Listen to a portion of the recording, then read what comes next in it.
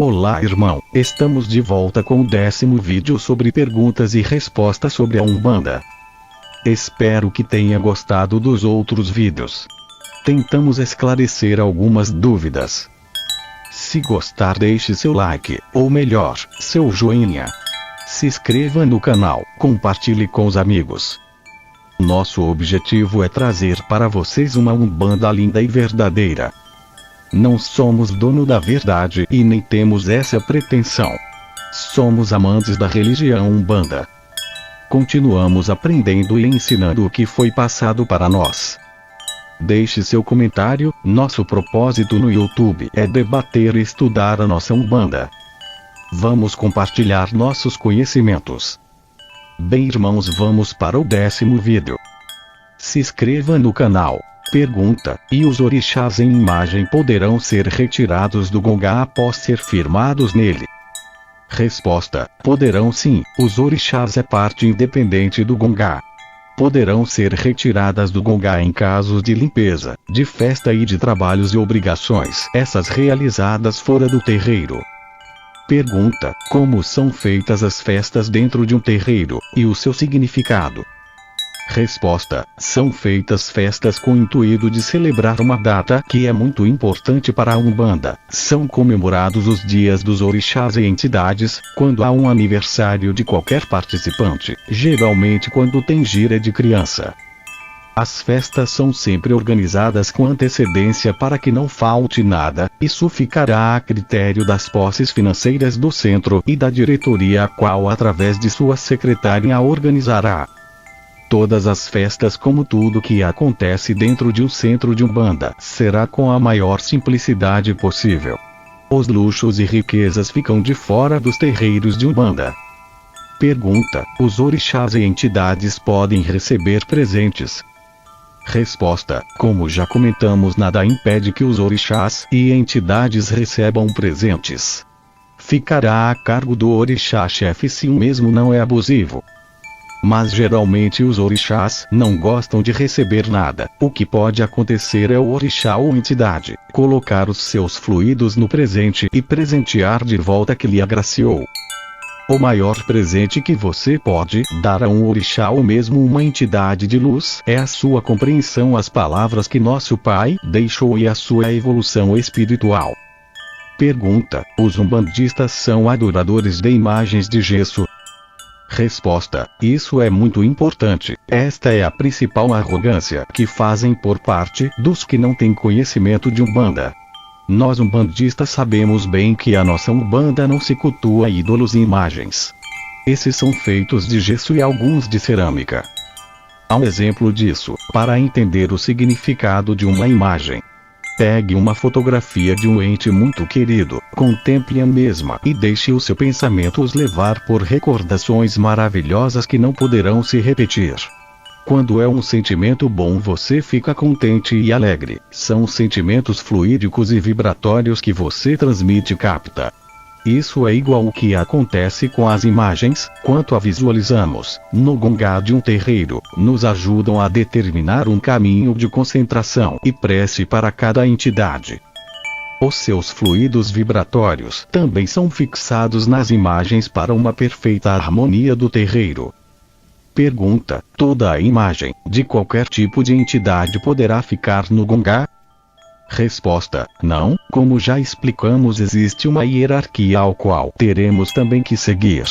Acima do Gongá, coloca-se Oxalá, governador e chefe de todos os trabalhos da Umbanda. Logo após se coloca a imagem de Nanã, depois a da Senhora. No centro do Gongá, o dono do terreiro. Nas pontas do Gongá se colocará sempre orixás de demanda e os demais entidades ao redor.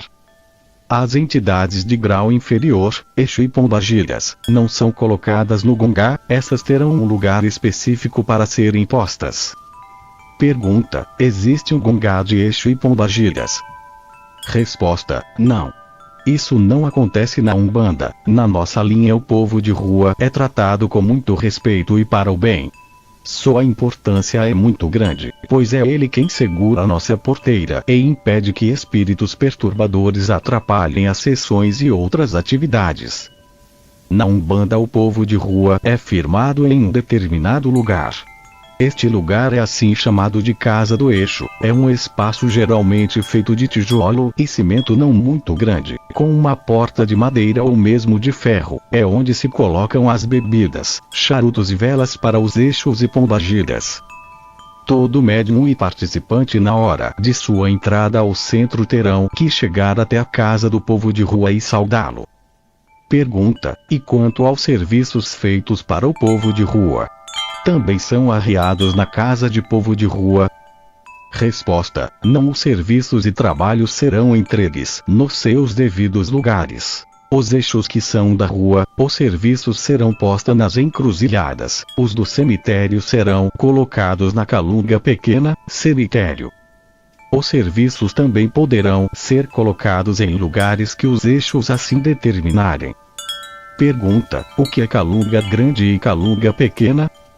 Resposta: nome dado por entidades para mar e praias. Calunga grande e os cemitérios calunga pequena são lugar onde se descarrega os nossos trabalhos tanto de saúde quanto de mazela.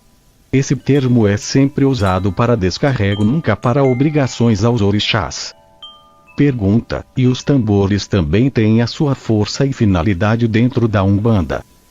Resposta: certamente que sim. Nos terreiros de Umbanda, essa prática de usar os tambores para ajudar nas sessões mediúnicas são muito antiga, equivalem ao nascimento da Umbanda.